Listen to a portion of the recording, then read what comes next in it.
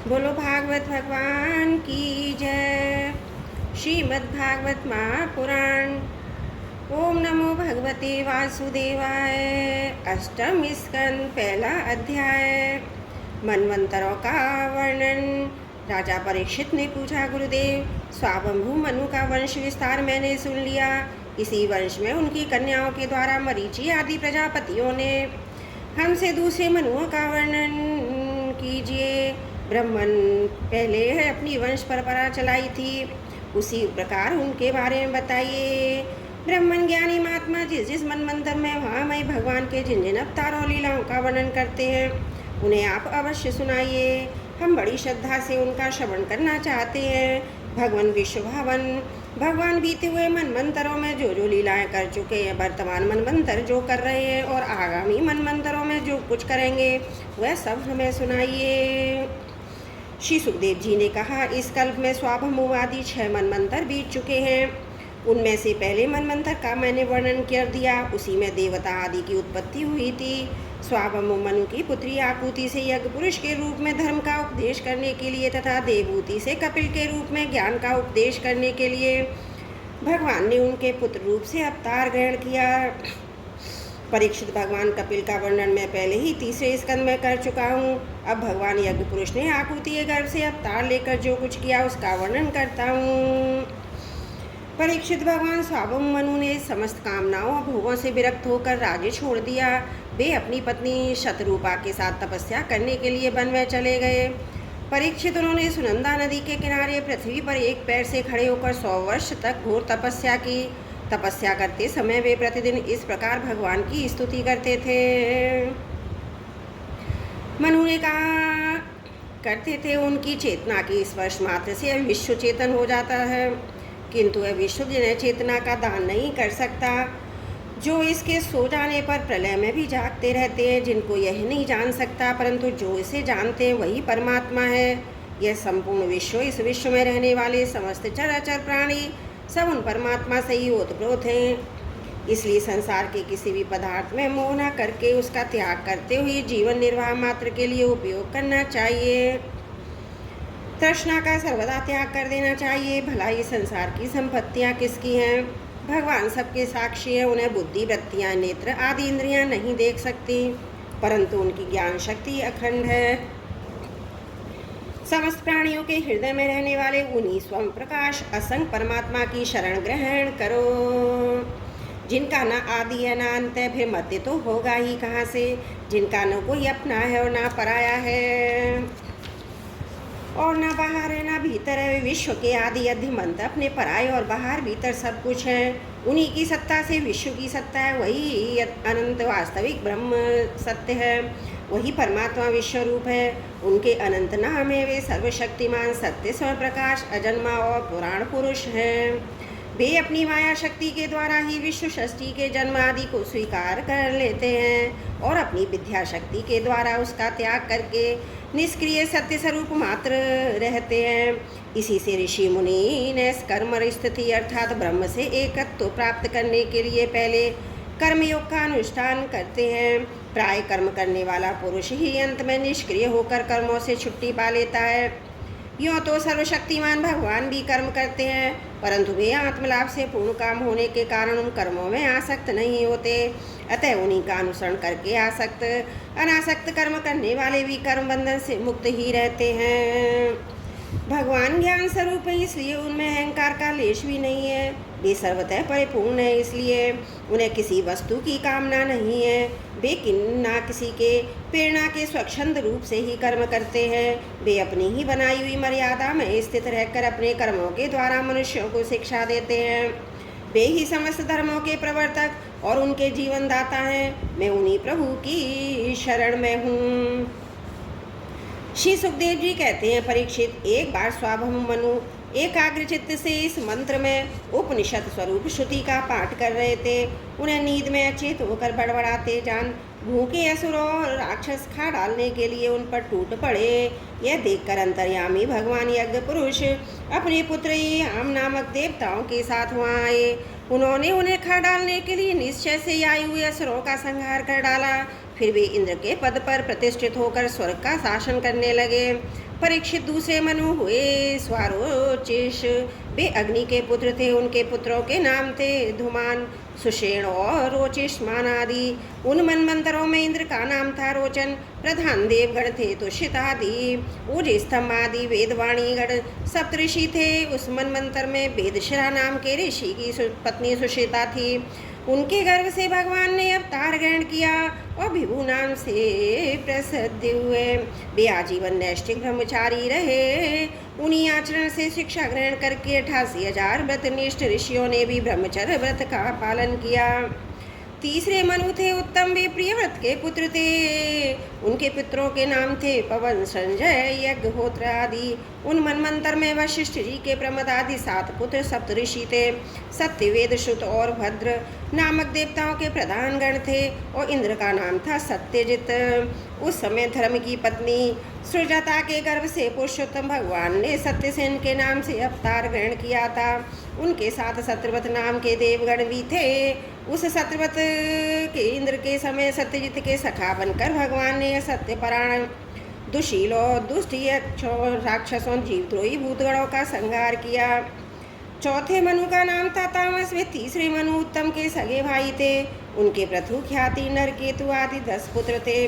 सत्य के हरि और वीर नामक देवताओं के प्रधान गण थे। इंद्र का नाम था त्रिशिक। उस मनमंत्र में ज्योतिर्धाम आदि सप्तऋषि थे। परीक्षित, उस तामस नाम के मनमंत्र में विधृति के पुत्र विधृति नाम के और भी देवता हुए। उन्होंने समय के फिर से नष्ट प्राय वेदों को अपनी शक्ति से बचाया था, इसलिए ये वेदधृति कहलाए। इस मनमंत्र में हरिमेधा ऋषि की पत्नी हरिणी के गर्भ से हरि के रूप में भगवान ने अवतार ग्रहण किया। इसी अवतार में उन्होंने ग्रह से गजेंद्र की रक्षा की थी। राजा परीक्षित ने पूछा, मुनिवर, हम आपसे यह सुनना चाहते हैं कि भगवान ने गजेंद्र को ग्रह के फंदे से कैसे छुड़ाया था।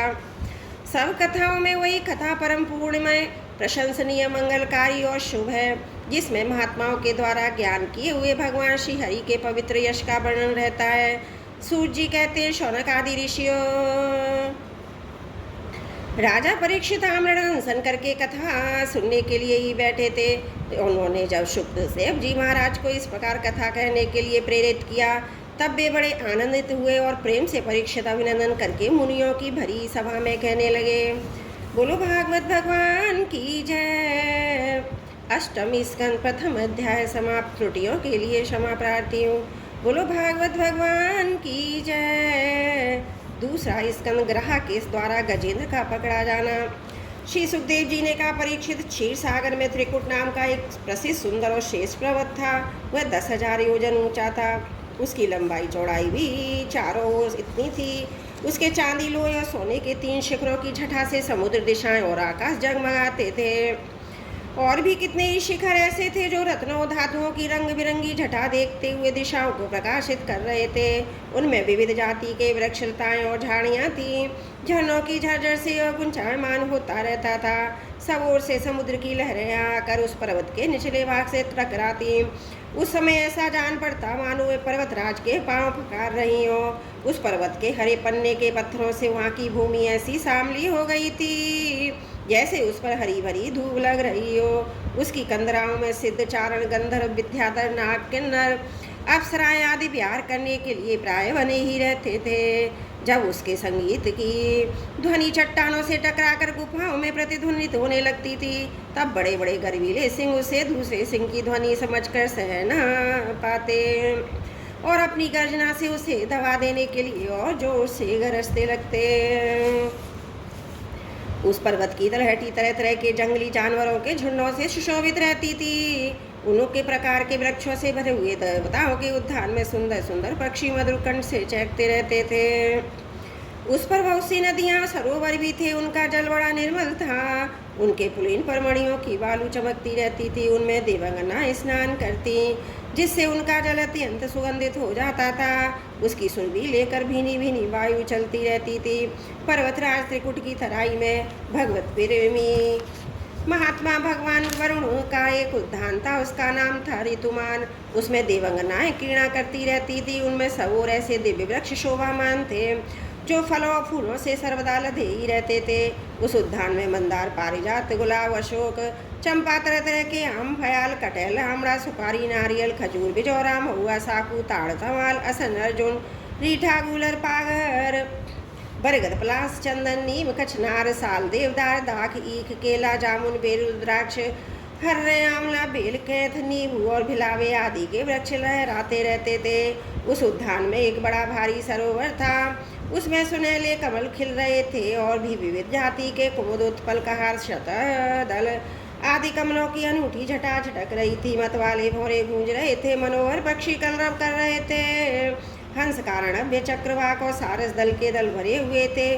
पनडुब्बी, बतख और पपीहे गूंज रहे थे। मछली और कछुए के चलने से कमल के फूल हिल जाते थे, जिससे उनका पराग झड़कर जल को सुंदर और सुगंधित बना देता था। कदम, बैत, नरकुल, कदम्ब, लता, बैन आदि वृक्षों से घिरा था। कुंद, कुरवक, पट, कटरेसा, अशोक, सिरस, मन, मल्लिका, लिसोड़ा, हर, श्रृंगार, जौन, जूही, नाग, पुन्नाग, जाति, मल्लिका, शतपत्र, माधवी और मोगरा आदि सुंदर सुंदर पुष्प वृक्ष और तट के दूसरे वृक्षों से भी, जो प्रत्येक ऋतु में हरे भरे रहते थे। वह सरोवर शोभामान रहता था। उस पर्वत के घोर जंगल में बहुत सी हथनियों के साथ एक गजेंद्र निवास करता था। वह बड़े बड़े शक्तिशाली हाथियों का सरदार था। एक दिन वह उसी पर्वत पर अपनी हथनियों के साथ कांटे वाले कीचकवार समेत बड़ी बड़ी झाड़ियाँ और पेड़ों को रौंदता हुआ घूम रहा था। उसकी गंध मात्र से सिंह, हाथी, बाघ, गेड़े और हिन जंतु, नाग तथा काले, गोरे, शरव और चमड़ी गायों आदि डरकर भाग जाया करते थे। और उसकी कृपा से भेड़िए, सुअर, भैंस, रीछ, शल्य, सनंगूर और कुत्तर, बंदर, खरगोश, हिरन आदि क्षुद्र जीव सब कहीं निर्भय विचरते रहते थे।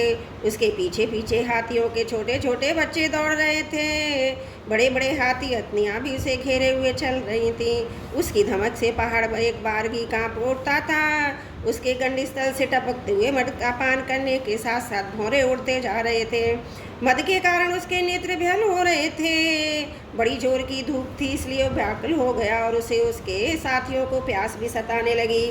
उस समय दूसरे ही कमल के पराग से सुवासित वायु की गंध सूंघकर वह इसी सरोवर की ओर चल पड़ा, जिसकी शीतलता सुगंध लेकर वायु आ रही थी। थोड़ी ही देर में वेग से चलकर सरोवर के तट पर जा पहुंचा।